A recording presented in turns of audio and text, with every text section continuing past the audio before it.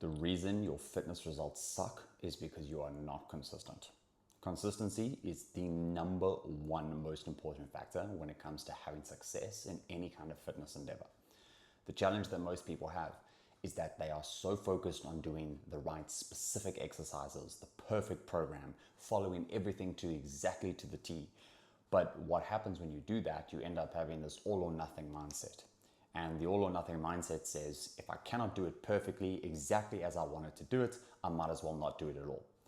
Consistency beats perfection every day of the week and twice on a Sunday.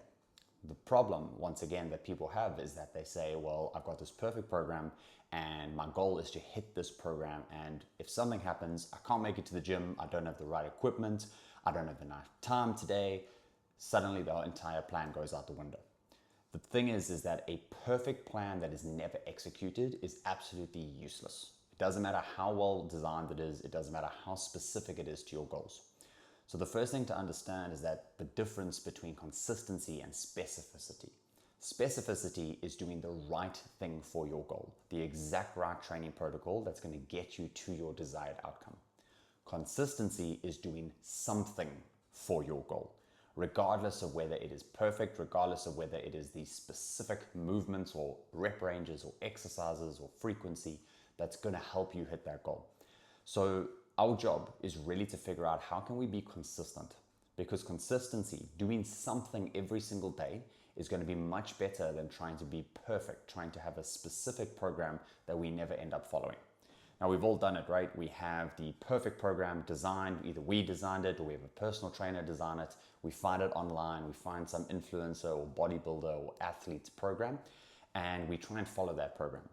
Now, the problem is that when you follow a specific program, it's great. It's the fastest route from A to B.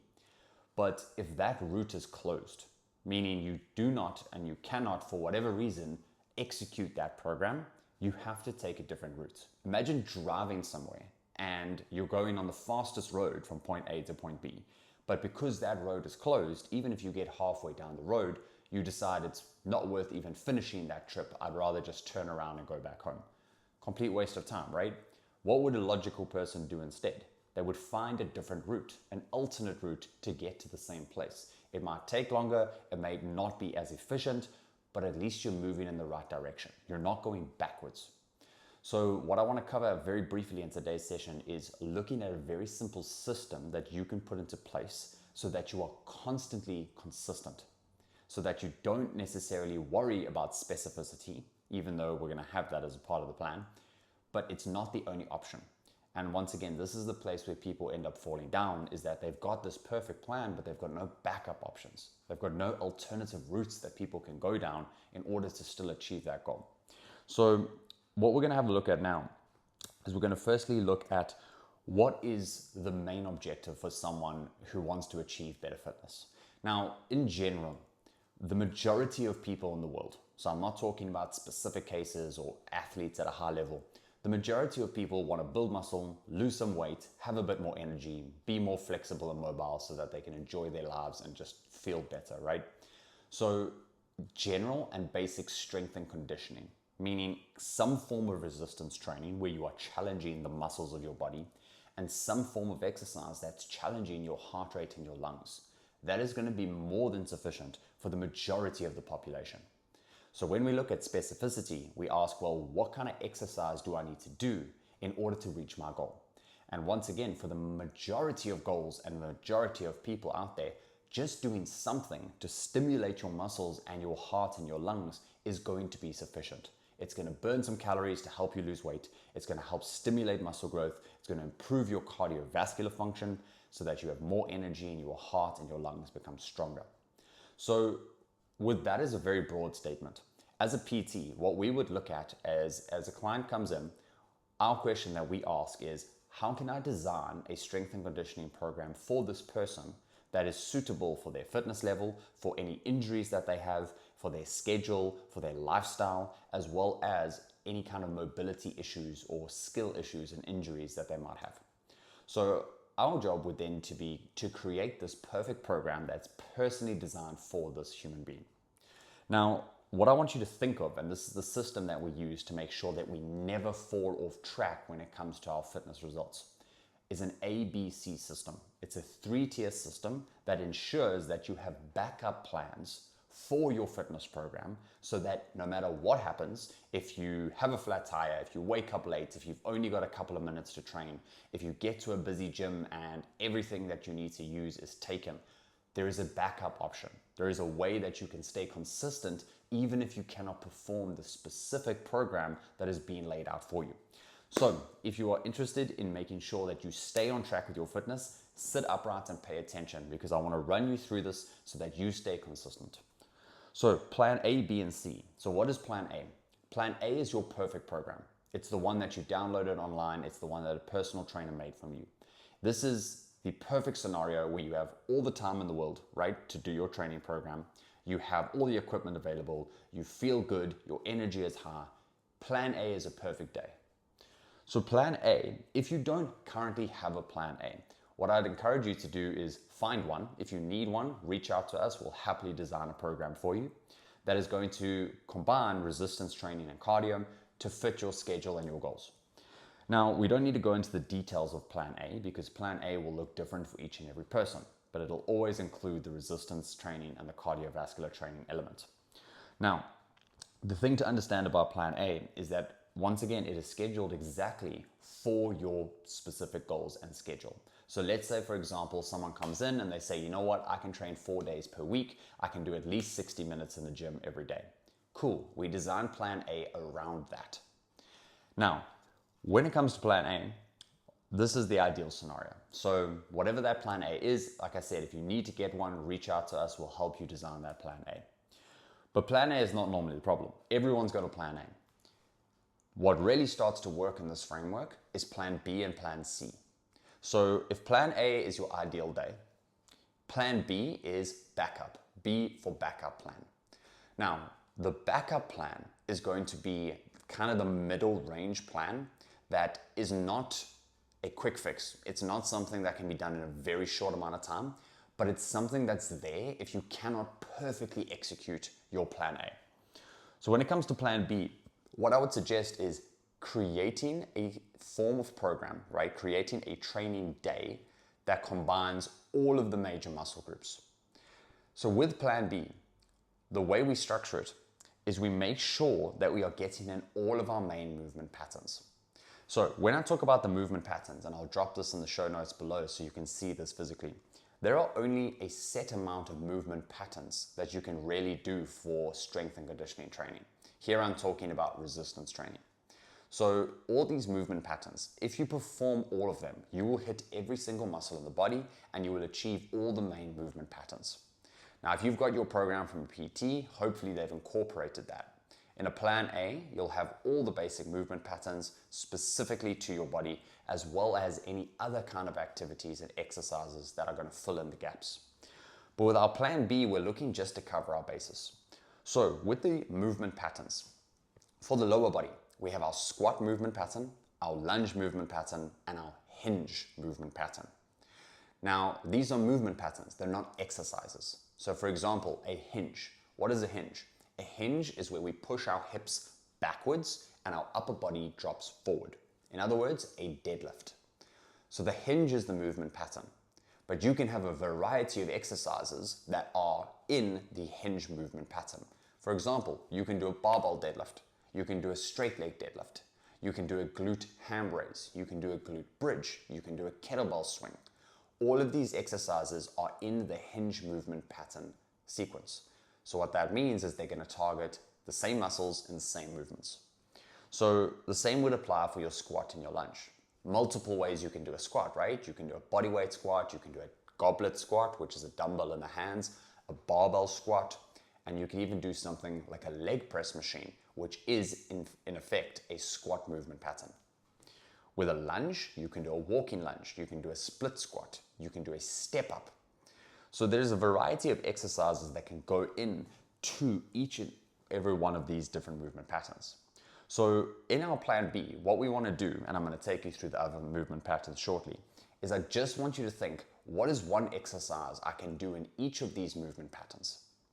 Now, what I'm going to suggest you do is I'm going to suggest you take your one training day. We're going to do multiple if we need to, but just visualize one day of training.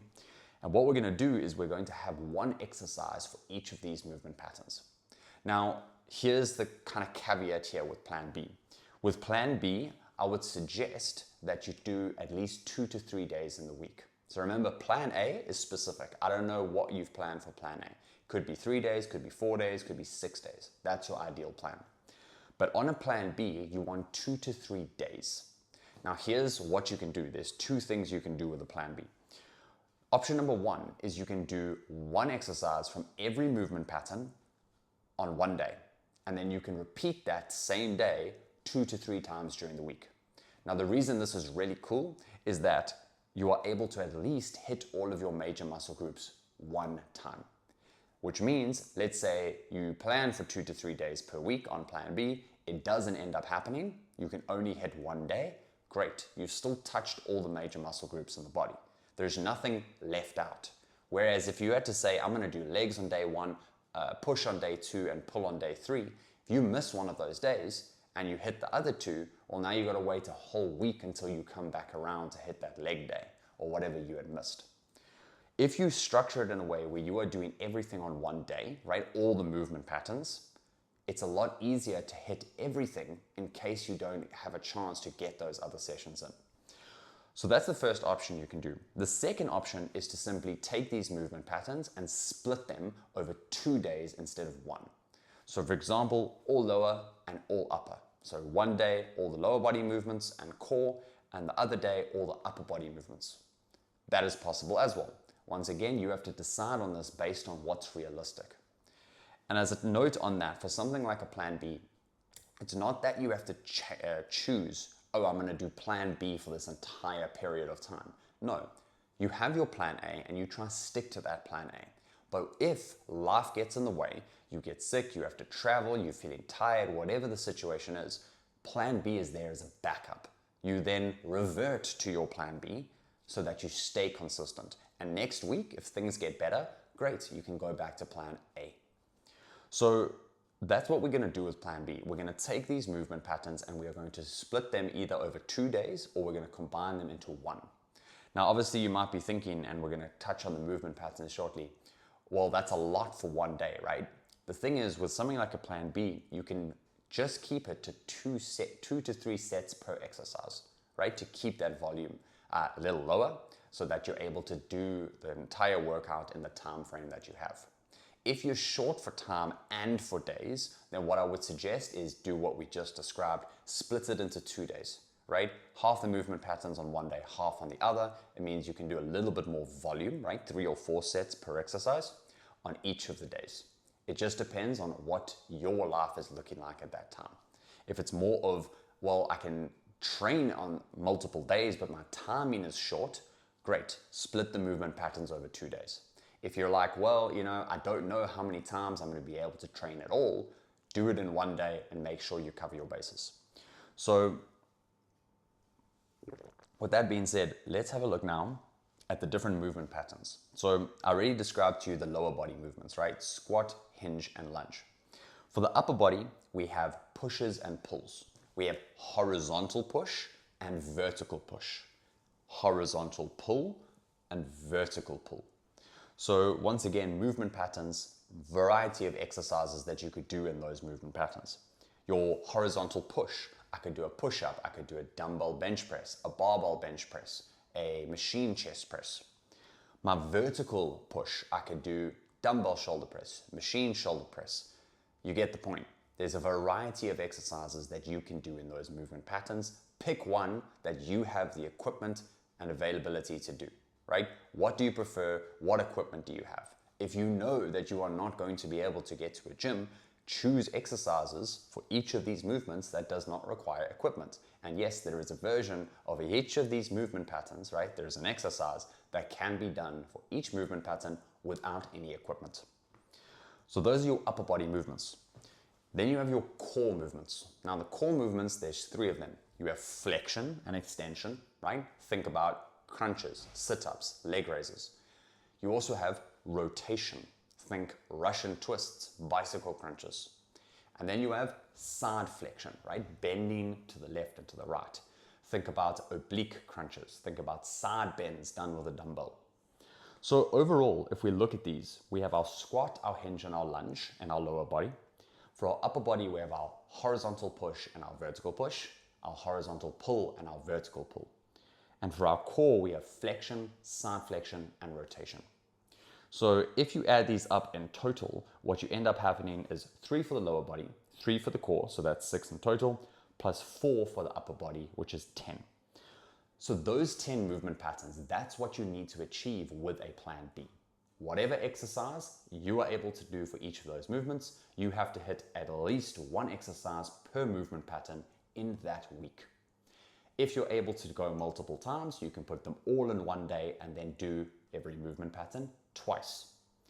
So at this stage, we've spoken about plan A. We know that that's our perfect plan that's designed. Plan B is really where you start coming into action in terms of finding a productive solution to not having the time or energy or equipment to execute plan A. You simply pick one exercise from each of those movement patterns and you put that into your program. Now, when it comes to cardio, on something like a plan B, right? Plan C is going to get even more summarized, right? Including cardio, there are 2 main forms of cardio you can do. You can do low intensity cardio for a long time. Think about a 20-minute jog, 30-minute bike ride, or you can do high intensity interval training, HIIT. Think 20 seconds of sprints, 40 seconds of recovery, and repeat that over and over. Now on something like a plan B, remember we're running like 2 to 3 days on a plan B, right? 1 at the minimum. Once again, you can do the same thing as you did for the resistance training. You can either say, great, I'm going to choose 1 day of training, do all my movement patterns, and then I'm going to do 5 minutes of high intensity interval training to finish. Or if you've got more day availability but less time, split the movement patterns up over 2 or 3 days. 1 day do HIIT, 1 day do low intensity steady state cardio. So that would mean day 1, let's say you do all the lower body resistance movements and then you go for a 20-minute jog. Day 2, you do all the upper body movement patterns and you do 5 minutes of HIIT, whether that's sprints, being on the air bike or anything of that nature. So that is really plan B in a nutshell, right? It's about what is the bare minimum that I can do to make sure that I hit all of my muscle groups and I do the basic forms of cardio during the week. This will only take you anywhere between 1 to 3 days of training and anywhere from 30 to 60 minutes, right? So structure your plan B however makes most sense for you.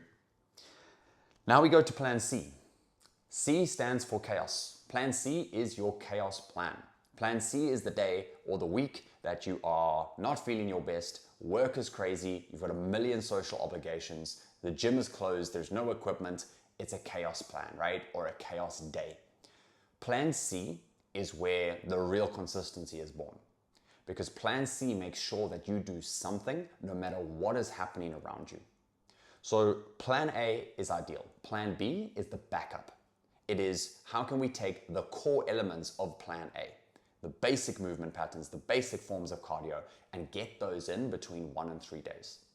Plan C is great. Plan C is going to take you 15 to 30 minutes, 1 to 3 times per week. That's it. Now here's what we're going to do with plan C. Now we are going to firstly run plan C as a circuit. What is a circuit? A circuit is a variety of exercises done in a row with as little rest as possible. Now, you might have circuits as a part of your plan A, but plan A and B are very much focused on regular sets. What I mean by that is I do a leg press, I do 1 set, I rest, I do another set, I rest. Or at the very most, I do a leg press, superset it with a push-up. So I do my leg press, then I do my push-ups, I rest for 2 minutes and I repeat. Circuits is 1 rotation of exercises. And the reason this is so beneficial, right, for a plan C, there's a few reasons. Number 1, we are going to pick only the most important movement patterns, the ones that cover the majority of the muscles in the body. Number 2, because we're pairing those in a circuit, you're getting quite a good cardiovascular effect as well. Because you are not resting much between the movements, you're still getting a cardiovascular benefit from doing resistance training because you're doing it with little rest in between. Now, obviously there are downsides to that. It's not the best way to go ahead if you are looking to build the most muscle and strength, because you're not going to be able to lift as much and really push close to failure when you're doing resistance training in a circuit. But this is not plan A or plan B. This is plan C. It's your chaos plan. So when you do a circuit like this with a variety of different resistance training exercises, if we do it how we're going to focus on now with the main movement patterns, what you're going to do is you're going to touch every muscle in the body and you're going to get the cardiovascular effect. This is prime, because what you have now done is that you've literally done the bare minimum. You've stayed consistent. And here's the thing. Consistency is not just about keeping your muscles and your heart and your lungs conditioned so that you can maintain your program. It's about conditioning your brain to consistently show up and do something. That is the real benefit of something like a plan C, right? A chaos plan, a bare minimum plan. When everything else has gone to shit, when everything else has gone out the window in terms of consistency, just doing something, no matter what it is, sends a signal to your brain that this behavior is important. This behavior should be continued. And you keep building that habit loop and that consistency, and that is the true benefit of this. It means you never fall off track, and it means you build the mentality of, I am a strong, fit person. I show up for myself every day. I do something every day. So with that being said, what are the core movement patterns, right? We looked at that list of 10. We're now going to cut it down to a list of 5. That's going to target the majority of muscles in the body. First movement is the squat. We've got to hit that squat to work the quadriceps and the glutes. Number 2 is we've got our hinge. We've got to work the back of the body, the lower back, the hamstrings. Next, push and pull. 2 different movements. Now, you can pick horizontal or vertical. I would personally prefer a horizontal push and a horizontal pull because it's going to touch the majority of muscles on the front of the body and the back of the body. And last but not least, number 5, core. Out of the core movement patterns, I would personally choose either a flexion or a rotation. Your flexion and extension, think your sit-ups, your crunches, your leg raises, is going to engage the majority of the core. Rotation, I would choose that because it's a very uncommon movement pattern. It's a movement that most people should be doing, especially if they're quite sedentary. So in summary, what you're going to do to set up your plan C is you're going to pick one exercise from each of these movements based on whatever you have available to you in terms of equipment. So in your squat, body weight squat, dumbbell squat, whatever it is. Your hinge, a deadlift, a glute bridge, a kettlebell swing. Your horizontal push, a push-up. If you can't do a full push-up, do it on a bench so you can manage it, or on your knees. Horizontal pull. You can use a band attached to a door to squeeze into the back for a horizontal pull. Or of course, if you're in a gym, you can use dumbbells or machines to get that in. And number 5, your core. If we're doing flexion, a leg raise, a sit-up or a crunch. If we're doing rotation, something like a Russian twist or a bicycle crunch or something of that nature. So what you're going to do is you're going to pick the exercises, you're going to set up a small station where you can do them, and you're going to do them all in a row. Now, the way you're going to do it is you're going to do a minimum of 1 round, but preferably up to 3 to 5 rounds. The way it's going to work, you're going to pick your exercise, you're going to start on whichever one you choose, you're going to do that exercise. Let's say you start with your squat. Immediately, with as little rest as possible, you're going to hit your push, then your hinge, then your pull, then your core. As little rest as possible in between. The repetitions, completely up to you. Just get close to failure. Just make it hard. Doesn't matter if you have to do a bunch more reps because now you're doing body weight instead of weighted. Just make it hard. You run that circuit with as little rest as possible. You take 1 or 2 minutes to breathe and you repeat that movement. Now you've touched every muscle in the body, you've taken it close to failure, and you've elevated your heart rate for the cardiovascular benefit. So at the bare minimum with your plan C, you're going to hit one of those. It's going to take less than 15 to 20 minutes if you include your warm up and cool down. And if you do that, you've achieved something for the week. You've at least stayed consistent in some regard. What you can also do is you can play with that. If you've got a little bit more time, you can do more rounds. So you could do 6, 7, 8 rounds, or you could do multiple days of that plan C. This also works really well if you're traveling, right? And you don't have access to a full gym or anything like that. You can simply pick body weight exercises to do these movement patterns with, and you can run that circuit really easily. So essentially, we have now gone through that 3-phase system: plan A, plan B, and plan C. Plan A, ideal program specific to your goals. You've got the time, you've got the energy, you've got the equipment. Plan B, backup plan. Simply pick one exercise from each of the movement patterns, pick one exercise from both of the cardio types, and do those all either in one day with a little less volume or split over 2 to 3 days. That's your backup plan. Plan C, chaos plan. Pick one exercise from all 5 of those core movements, right? The main movement patterns: squat, hinge, push, pull, and core. Run those in a circuit back to back with as little rest as possible. You'll get your cardio, you'll touch all your muscles, and you will have stayed consistent. So I hope this was helpful. Remember, consistency is better than perfection every single time. Consistency is the #1 factor that's going to keep you fit and strong. Don't worry about being perfect. That shit doesn't exist. Focus on consistency. Focus on progress. Focus on doing something. Thanks for joining me today. I hope this was helpful. If you enjoyed it, hit a follow, drop a like, drop a comment, and I'll see you next time.